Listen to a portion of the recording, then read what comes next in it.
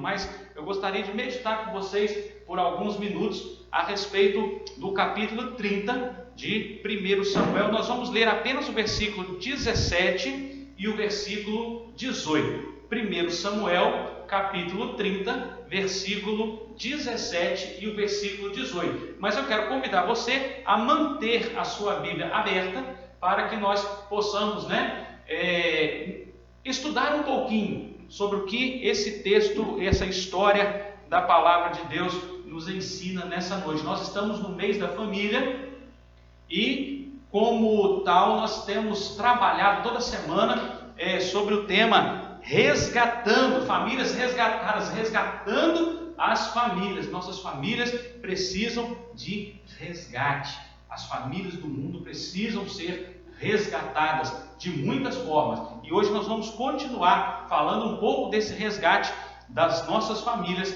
aprendendo um pouquinho com essa história de Davi. Em 1 Samuel capítulo 30, versículo 17 e 18, diz assim a palavra de Deus: Feriu-os Davi desde o crepúsculo vespertino até a tarde do dia seguinte, e nenhum deles escapou, senão só 400 moços que, montados em camelos, fugiram.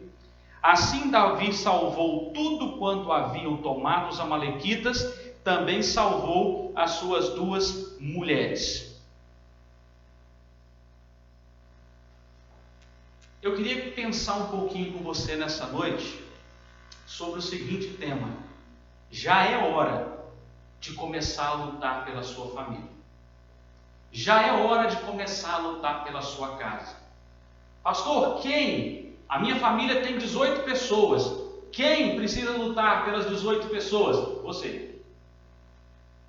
Somos nós. A responsabilidade é de cada um de nós. Já está na hora, já é tempo.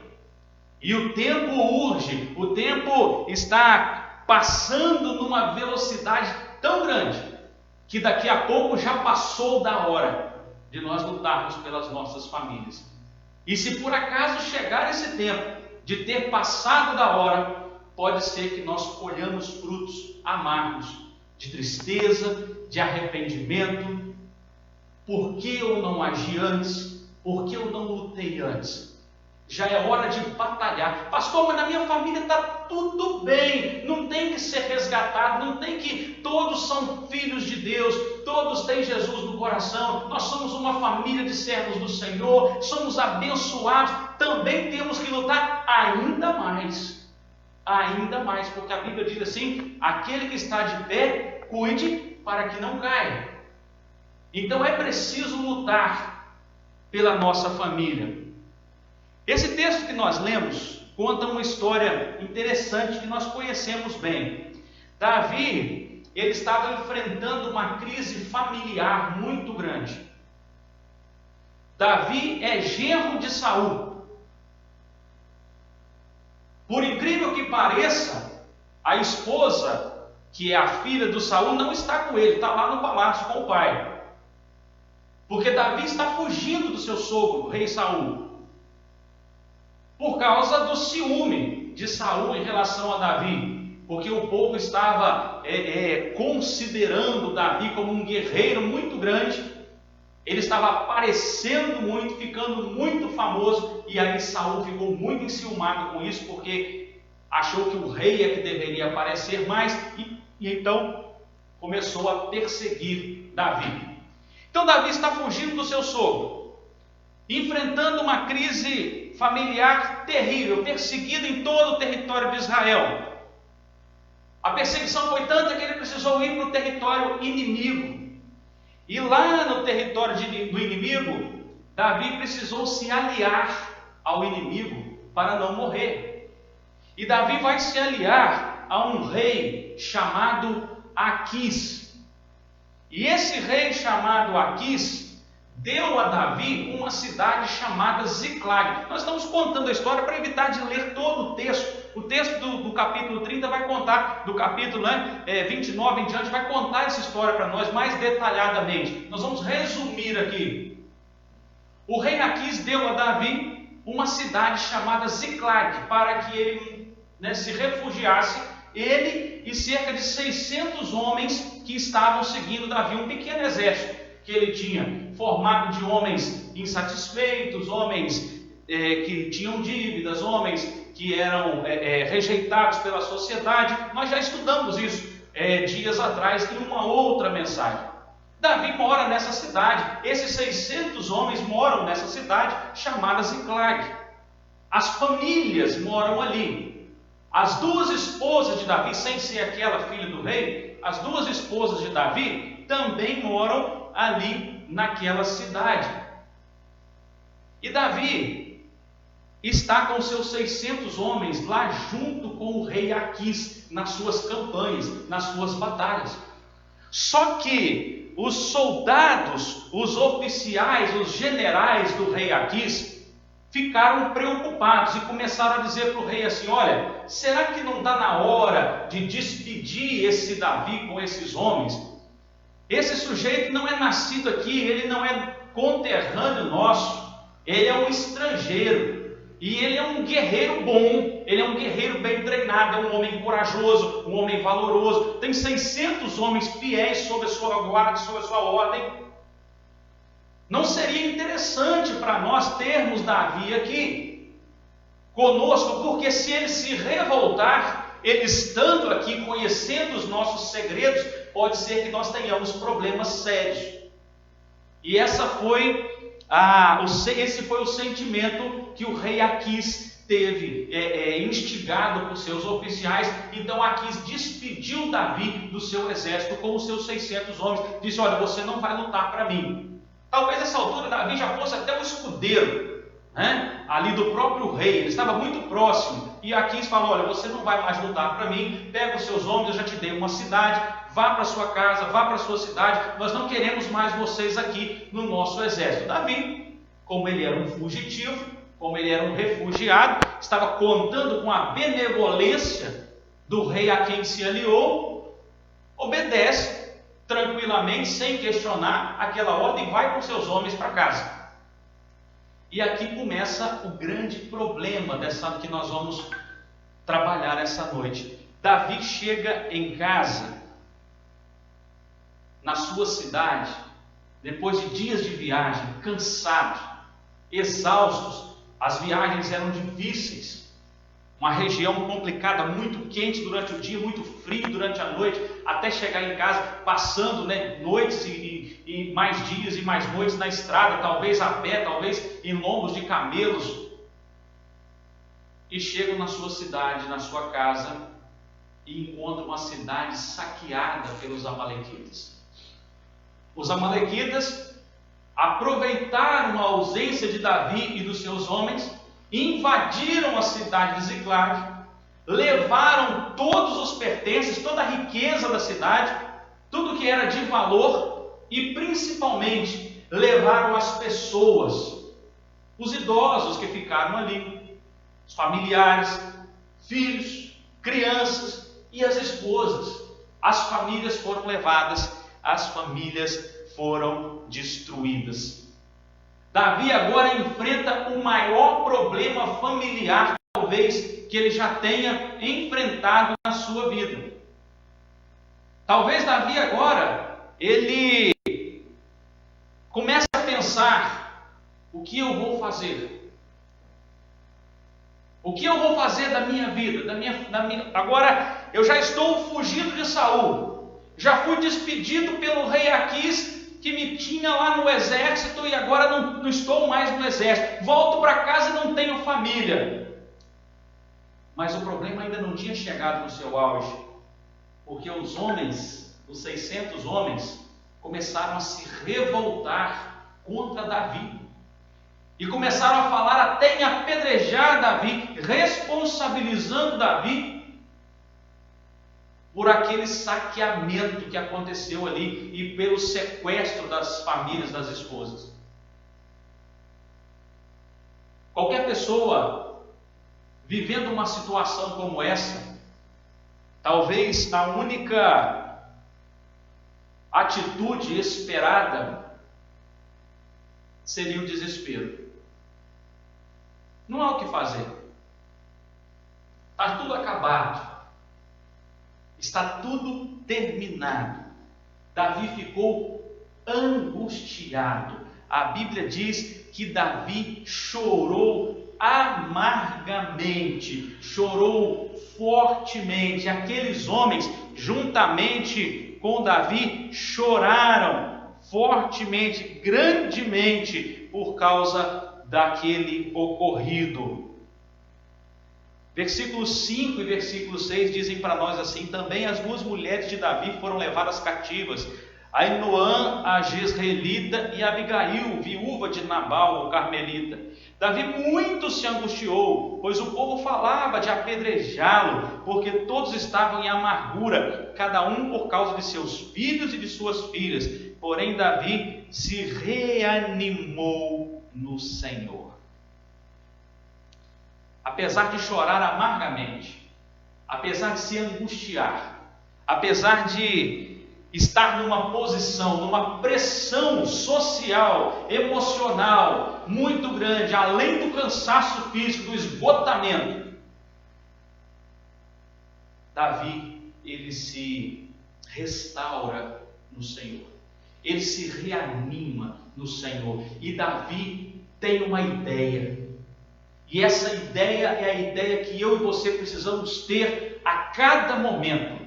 Davi pensa: eu vou resgatar a minha família, eu vou lutar pela minha família, é hora de lutar pela minha família. E aqueles homens que estavam agora falando em apedrejar Davi, começam a ver Davi se reanimar, começam a ver Davi se restaurar as suas forças no Senhor. Então eles começam também a se reanimar e começam a entender que já é hora de lutar também pelas suas famílias. Davi não fica prostrado diante da destruição da sua casa. Quantas pessoas estão vendo suas famílias sendo destruídas, seus filhos sendo sequestrados, não fisicamente, mas sequestrados por padrões mundanos de comportamento de vida? Quantas famílias têm visto seus lares acabando por causa das influências e por causa dos ataques malignos desse mundo? E se prostram, estão às vezes chorando amargamente, estão às vezes se angustiando como Davi, mas não estão se reanimando no Senhor. Eu não sei o que acontece na sua casa, mas o primeiro passo de um homem de Deus, de uma mulher de Deus, que entende que é hora de lutar pela sua família, que é hora de sair para resgatar a sua família, é se reanimar no Senhor. Não importa a situação, não importa se tudo já esteja humanamente falando perdido. Para Davi, e agora, quando é que foi que aqueles amalequitas vieram aqui em Ziclag? Quantos dias já de viagem? Nós estamos todos cansados, os animais estão cansados, nós não aguentamos mais viajar, quanto mais lutar. E outra coisa, vamos viajar quanto tempo até chegar lá? E se eles já mataram todo mundo? Eram muitos questionamentos que poderiam desanimar Davi e aqueles homens, mas Davi se animou no Senhor. Olhe para a sua casa, olhe para a sua família, olhe para as situações que vocês estão vivendo, olhe para o que o inimigo tem tentado fazer na sua casa e se reanime no Senhor, porque é hora de lutar pela sua família, é hora de lutar pela sua casa. Mas Davi não apenas se reanima, ele não apenas se enche de fé, ele não apenas se enche de esperança. Davi, além disso, ele olha em volta e ele começa a considerar a realidade. Eu acho interessantíssimo a Bíblia trazer esse detalhe para nós, que Davi considera a realidade. A fé que Davi demonstra, a fé que Davi deposita no Senhor, não é uma fé irracional, inconsequente, irresponsável. Davi não é aquele que olha para um problema e fala que não existe problema, como muitos dizem por aí ser uma demonstração de fé. Demonstração de fé não é ignorar a realidade, não é ignorar as circunstâncias. Demonstração de fé é confiar no Senhor independente das circunstâncias, mas a realidade, ela não pode ser ignorada. Infelizmente, muitas pessoas, quando a enfermidade chega, elas começam a dizer: eu não aceito enfermidade na minha casa. Mas a realidade está ali, a enfermidade chegou. Dizer que aceita ou não aceita não vai tirar a doença. A fé, ela nos leva a acreditar no poder curador de Deus para algo que é realidade. Ela não ignora a realidade. Davi não ignorou a sua realidade. Davi olha para os homens e vê que ele tem 600 homens muito cansados. Ele olha para a distância e ele percebe que os amalequitas já saíram dali há muito tempo, talvez há dias. Ele mesmo está muito cansado. Ele olha para a possibilidade de uma guerra com os amalequitas e ele percebe talvez a quantidade de soldados que o inimigo pudesse ter, porque naquele tempo a quantidade de soldados fazia muita diferença numa batalha, porque as batalhas eram travadas homem a homem. Davi, com 600 homens cansados apenas, mas ele considera as circunstâncias e ele vai ao Senhor, considerando as circunstâncias, e diz: Senhor, humanamente falando, não tem jeito, eu devo ir? O Senhor me autoriza? O Senhor me manda ir para resgatar a minha casa, para resgatar a minha família? Porque aos olhos humanos, impossível. Versículo 7, disse Davi a Abiatar, o sacerdote, filho de Aimeleque: traze-me aqui a estola sacerdotal. E Abiatar a trouxe a Davi. Então consultou Davi ao Senhor, dizendo: perseguirei eu o bando? Alcançá-lo-ei? Respondeu-lhe o Senhor: persegue-o, porque de fato o alcançarás, e tu o libertarás. Davi demonstra sua fé, não ignora a circunstância, não ignora a sua a sua grande inferioridade em relação ao exército inimigo. Ele não ignora isso, mas ele vai a Deus. E sob a palavra do Senhor, Davi parte em perseguição. E esse é o terceiro ponto que eu gostaria de enfatizar com você nessa noite. Sob a palavra do Senhor, vá em busca do resgate da sua família, independente do tamanho do inimigo.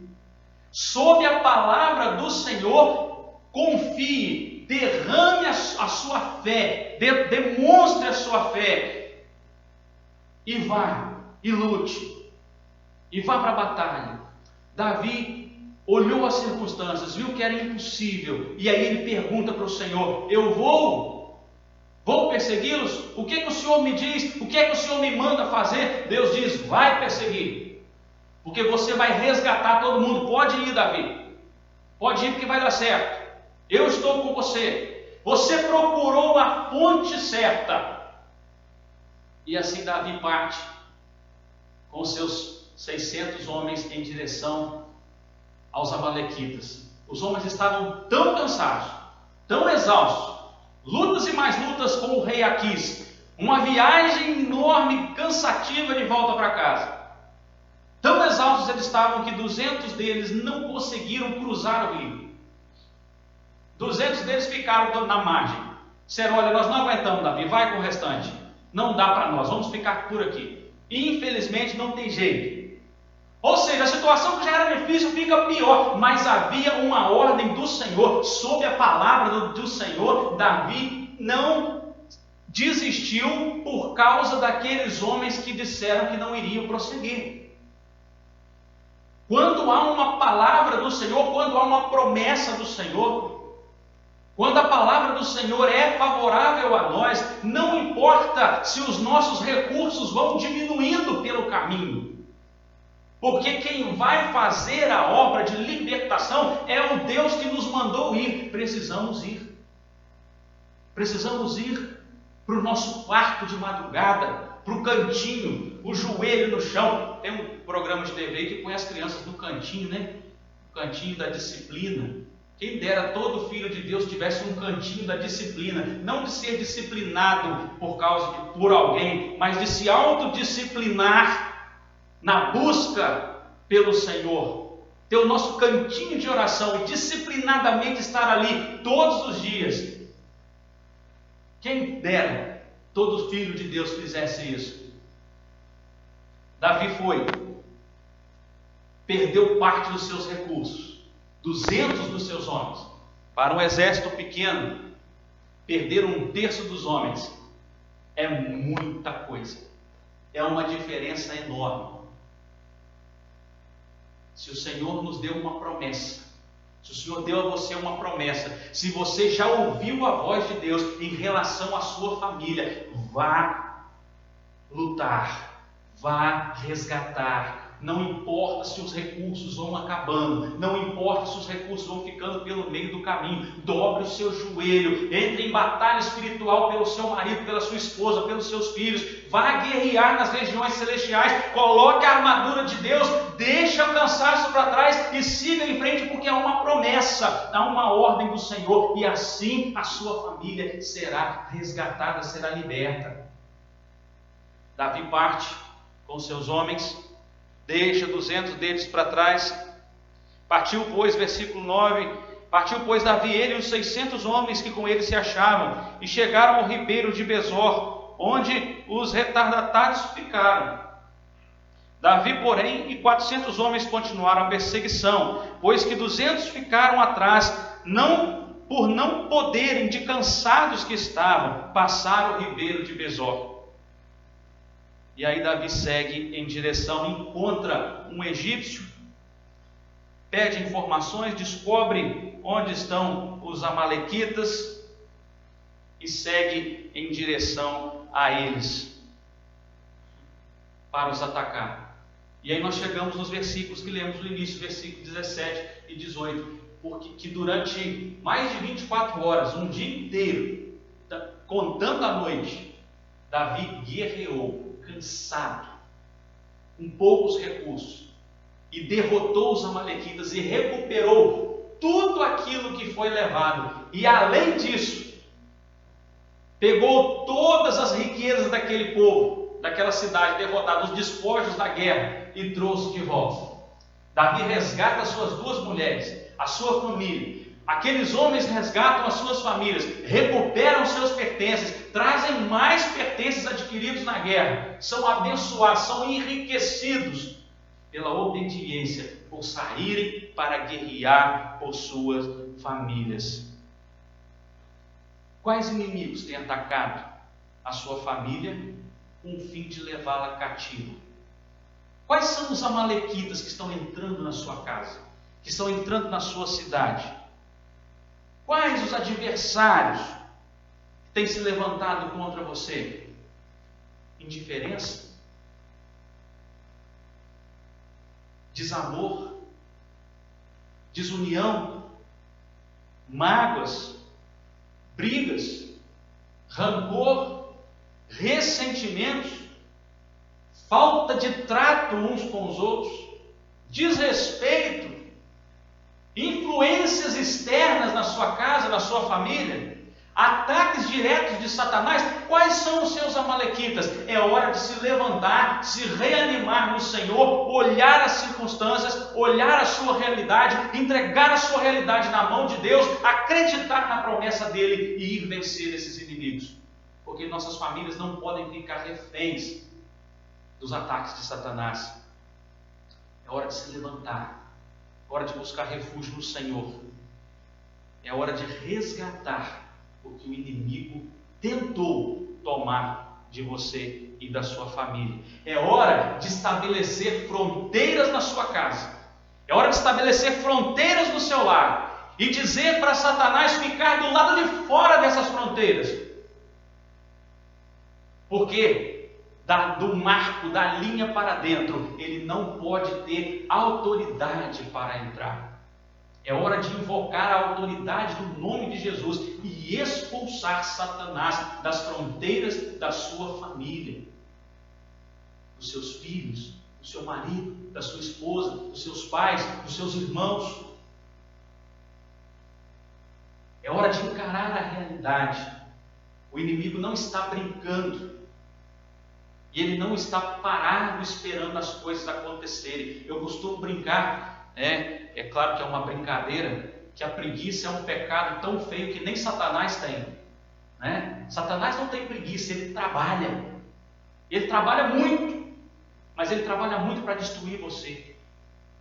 O ofício de Satanás é roubar, matar e destruir. E ele quer fazer isso com a sua família. Mas Jesus tem vida, e vida em abundância para você e para a sua casa. Crê no Senhor Jesus, será salvo, tu e a tua casa. É preciso batalhar para que isso aconteça. É preciso ir lá no mundo espiritual e guerrear. É preciso dobrar joelhos. É preciso pagar o preço em oração. Mas Deus honra. E Deus cumpre a sua palavra. Deus cumpre a sua promessa. Quem tem que fazer isso é você. Corra para o Senhor. Busque forças. Anime-se nele. E saia para a guerra em favor da sua família. Que Deus te abençoe grandemente. E que Deus abençoe a sua família em nome de Jesus.